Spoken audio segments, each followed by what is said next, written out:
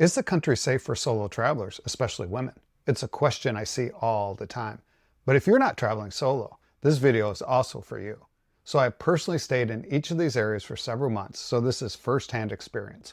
So first on the list, Buenos Aires. So we're going to go from the safe to the safest in the world, and I will share the specific areas you should stay. So Buenos Aires, Argentina, and you want to specifically stay in Palermo.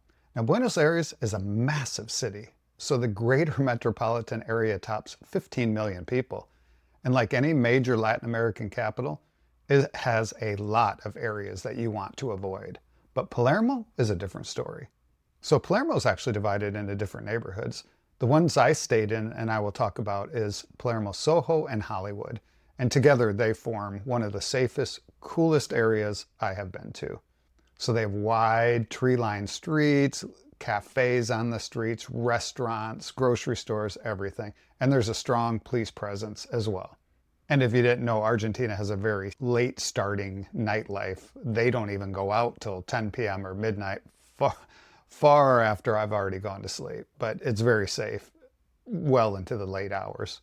So why is it safe? Palermo is Buenos Aires' wealthiest neighborhoods, for sure. It is very nice.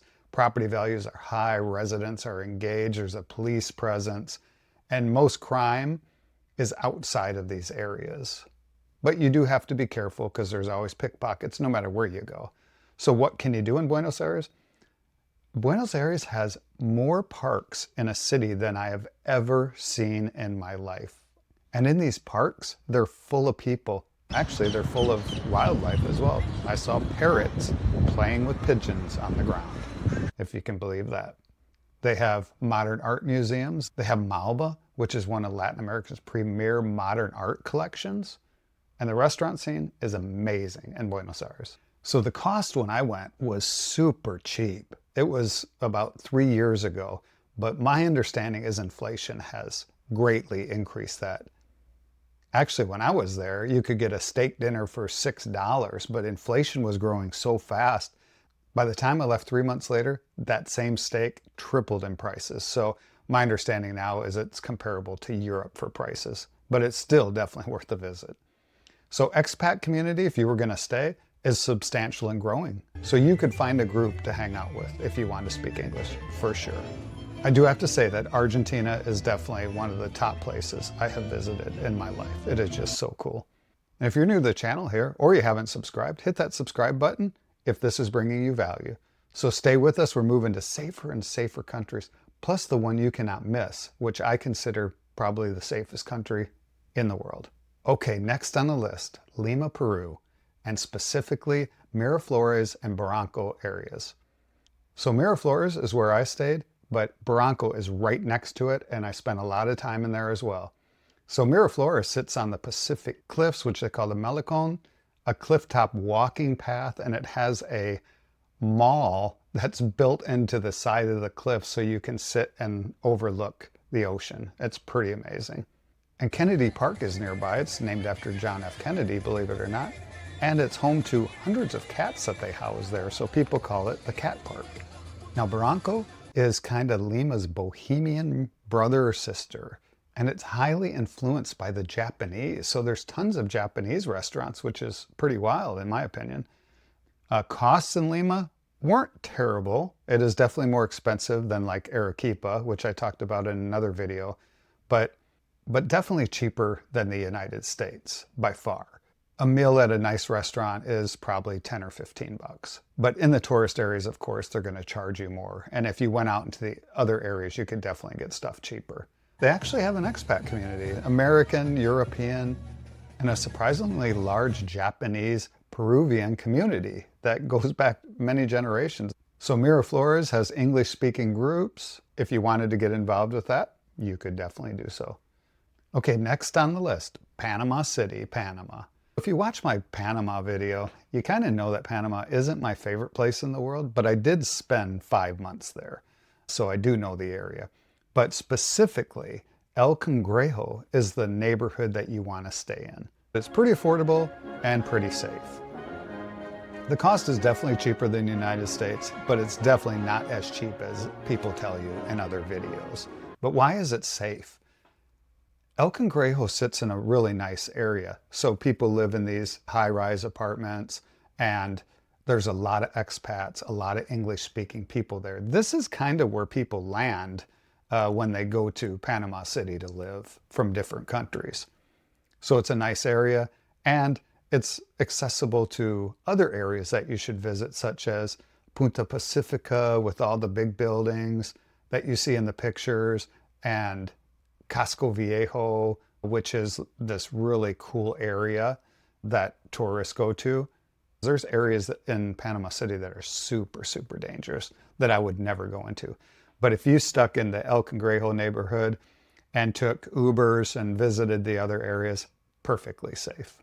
But you have to love heat and humidity because it's every day. Okay, getting even safer. And stick around for number one, because this is the one that you need to put on your bucket list for sure. So the next one is Guatemala. Now, Guatemala isn't that safe as a country, but specifically Antigua, Guatemala is super safe.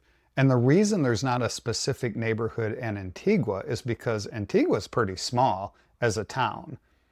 But I've spent 4 months there, so I know this city inside out because it's pretty small. So it has tons of tourists, not only from US, but from Europe, from Korea, from Japan, from everywhere. They have millions of tourists every single year in this little town, which definitely drives up the price. It's still cheaper than the US by far, but not as cheap as some other countries.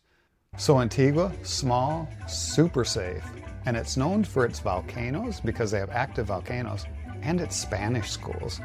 So if you ever wanted to learn Spanish, Antigua is actually the #1 spot in the world for Spanish lessons. It costs like $100 to $110 for 20 private hours of Spanish lessons at the school, which ends up being like $5 or $6 an hour. Way, way cheaper than anywhere else. So why is it safe? They have a dedicated police force that is just for tourists. There are so many police there. You can go out basically any hour of the day. I don't go to bars and come out at 3 a.m., so I don't know about that, but every night you can take a walk at 10, 11 o'clock at night, completely safe. Actually, solo travelers and women routinely cite Antigua as one of the most comfortable places they've ever been in Central America. And I would totally agree with that completely. The main thing that people do there, believe it or not, is climb volcanoes. So there's 2 volcanoes. One's huge and another one's smaller. So the big one is like a 2-day journey and the other one is about a 3-hour journey. But the big one, people go up there, spend the night, and you can actually roast marshmallows over the lava. I've never done it personally, but I know a lot of people who have. So the expat community, I've met several people that are from the US and from Europe that are expats that live there permanently. But the Spanish school, like I was talking about, that's where you can meet a lot of people that are traveling through and speak English. So it's pretty easy to meet people who speak English there. Probably the easiest place I've ever seen. All right, moving on to number 1, and this needs to be on your bucket list if you haven't been there. But this is one of the coolest cities and countries I've ever visited, and it's Tokyo, Japan. I don't even need to tell you a neighborhood in Japan because the entire country is safe. You can go out any time of the day. I have personally seen this. I was walking through a subway and somebody dropped their credit card and they put it on the turnstile and nobody was touching it. I saw a phone, somebody lost their phone and it was propped up against the wall. Like, people do not steal stuff. If somebody finds something in the street, they return it to the police station. It is the safest country I have ever been to in my life. Like, it's crazy. So in Japan, I went to Hiroshima, Osaka, Kyoto, and Tokyo, and all are amazing. But I'm focusing on Tokyo because this is just the coolest city, seriously. 40 million people in the greater metropolitan area. And why is it safe? I think it's just the cultural norms, not only in Japan, but in Korea. It's just a different environment. And here's something for our age group. And Tokyo gets the safety thing right. There's escalators everywhere, elevators. There's designated spots for people over 60 years old on the subways. There's specific subway cars during certain times of the day that only women can go on. So it's all about safety. I keep on saying this, but the safety is just beyond what I've ever experienced in my life. So what do you do there? There is so much to do there. They have 3D billboards. They have crazy crossings. The restaurants are actually pretty reasonable with the costs. I thought they were going to be a lot more expensive. I will say that the hotel rooms are the smallest hotel rooms I've ever experienced in my life, and they were about $100 a night. So Tokyo is more expensive than the other areas, but it's just a cool place. I was talking about the subway stations. They have the busiest train station in the world. It's called Shinjuku. It has 200 exits, and it has 3.5 million people per day that go through that station. It is wild. So Tokyo has the largest expat concentration in Japan, with a lot of Americans and Europeans. So there's a lot of English-speaking people in Tokyo. So Tokyo, if it isn't on your bucket list, you gotta put it on your bucket list. So that's my list from my personal experience. If you want to watch more videos, here's a playlist you can click on, which has some pretty good videos in it. And if you leave a comment, I try to answer every single one of them. Thanks for watching.